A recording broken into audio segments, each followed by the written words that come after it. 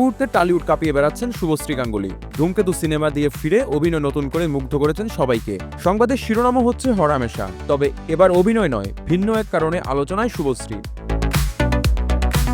ধূমকেতু সিনেমা মুক্তির আগে পূজা দিতে গিয়েছিলেন দেব শুভশ্রী। সঙ্গে ছিলেন কৌশিক গঙ্গোপাধ্যায় ও রানা সরকার। এই দিন লাল শাড়িতে সেজেছিলেন অভিনেত্রী।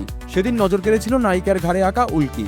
এরপরেই প্রশ্ন ওঠে, কার নামে টেটো করিয়েছেন অভিনেত্রী। ভারতের একটি গণমাধ্যমকে দেওয়া সাক্ষাৎকারে অভিনেত্রী বলেন, এটা প্রায় 7-8 বছর আগের করা। এতদিন বাদে সবার নজরে পড়েছে জেনে অবাক হলাম। এই ট্যাটুতে লেখা রয়েছে মিসেস চকো। জানা যায় স্বামীর পদবীকে সঙ্গে নিয়েই এই ট্যাটু তৈরি করেছেন শুভশ্রী।